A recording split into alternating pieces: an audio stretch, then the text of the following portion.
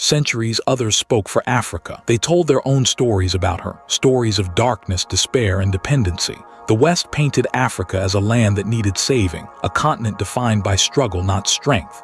But now that era is ending. A new voice is rising, a voice born from the soil of courage, dignity, and truth. And that voice is embodied by Ibrahim Traoré, the young leader of Burkina Faso, who stands before the world to say, "No one will tell our story better than we can." In his speech, Traoré reminded the people of Africa that they are not what history books have portrayed them as. They are not a continent of victims. They are a continent of survivors, builders, dreamers, and warriors. He spoke not with the softness of diplomacy, but with the fire of conviction. For too long, he said, others have defined the black man. They have decided what Africa should be, how Africa should think, and how Africa should act. But that time has come to an end. Traoré's message is not just about politics. It is about identity.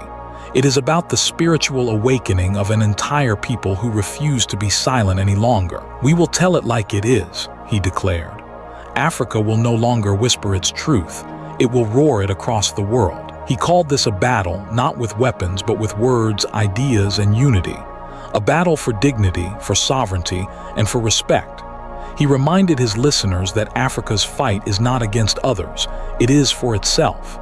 "We are fighting for the dignity of Africa," he said, "for the well-being of our people just as others fight for theirs." In his voice echoed the pain of centuries, but also the power of tomorrow. For the first time in generations, Africa's story is being written by Africans themselves.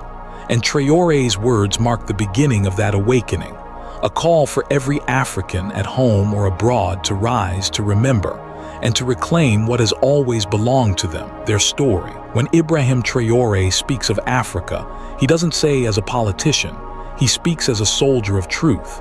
His words carry the weight of generations who have been silenced, forgotten, and rewritten by those who feared Africa's strength. "We are fighting for Africa," he said, not as a slogan, but as a promise to restore the pride of a continent that has endured everything and still stands tall. He reminded the world that Africa's struggle is not about revenge. It is about justice. It is about standing with all people who fight for equality, who refuse to kneel before oppression, who demand respect for their sovereignty and their humanity. "We are friends to all peoples who respect us," Traoré said, "and we stand with those who fight for justice." In those words, he drew a line in the sand between those who seek to uplift humanity and those who continue to exploit it. He spoke of dignity not as a dream, but as a birthright. Africa's awakening, he said,